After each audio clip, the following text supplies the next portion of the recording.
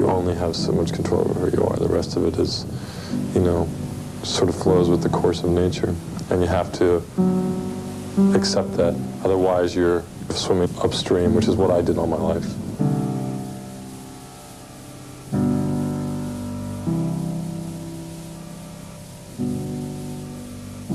I remember when Bob told me he was HIV positive.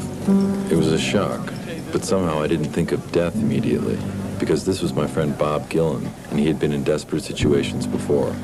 I was reading my journal from a year ago. The day that I suspected that I was HIV positive, the first thing I wrote was, I have a feeling I've tested positive for HIV. It's not death that I'm so afraid of, but but people's reaction. It pains me now that I knew nothing about the turmoil that consumed his life 24 hours a day. After all, he had been president of the school as a junior and as a senior.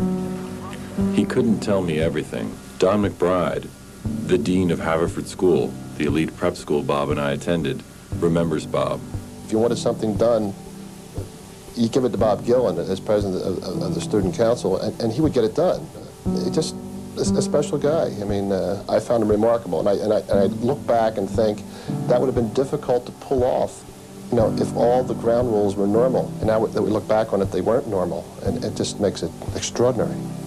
People don't know how to respond to it, and they don't know how to communicate among themselves because it's a difficult topic.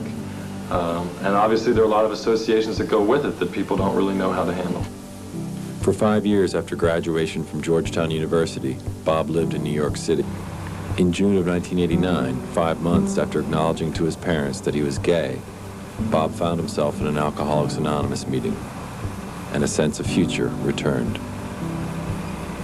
In New York, Bob rescued himself from substance abuse, but AIDS has forced him to go home.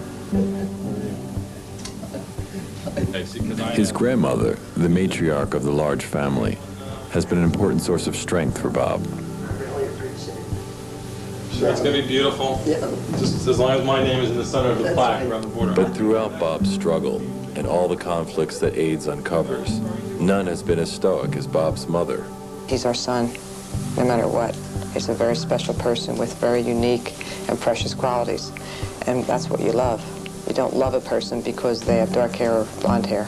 You love a person for what they are. I had cancer, and I know how I felt when I was told I had cancer. To find out that you have a life-threatening disease that you have no control over, there's no control over it at all, is frightening. When I found out in March that I was HIV positive, I was sitting in my doctor's office, and my head just started spinning.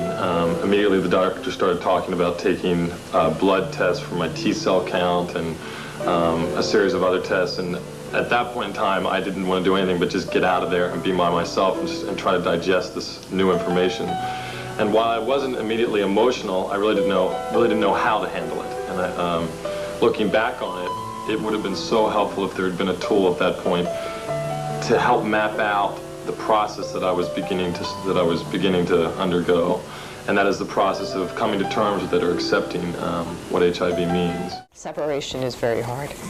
The thought of thinking that he wouldn't be here to pick up the phone and call or joke with, he has such a wonderful sense of humor, or just wouldn't be there to touch is frightening. Scary.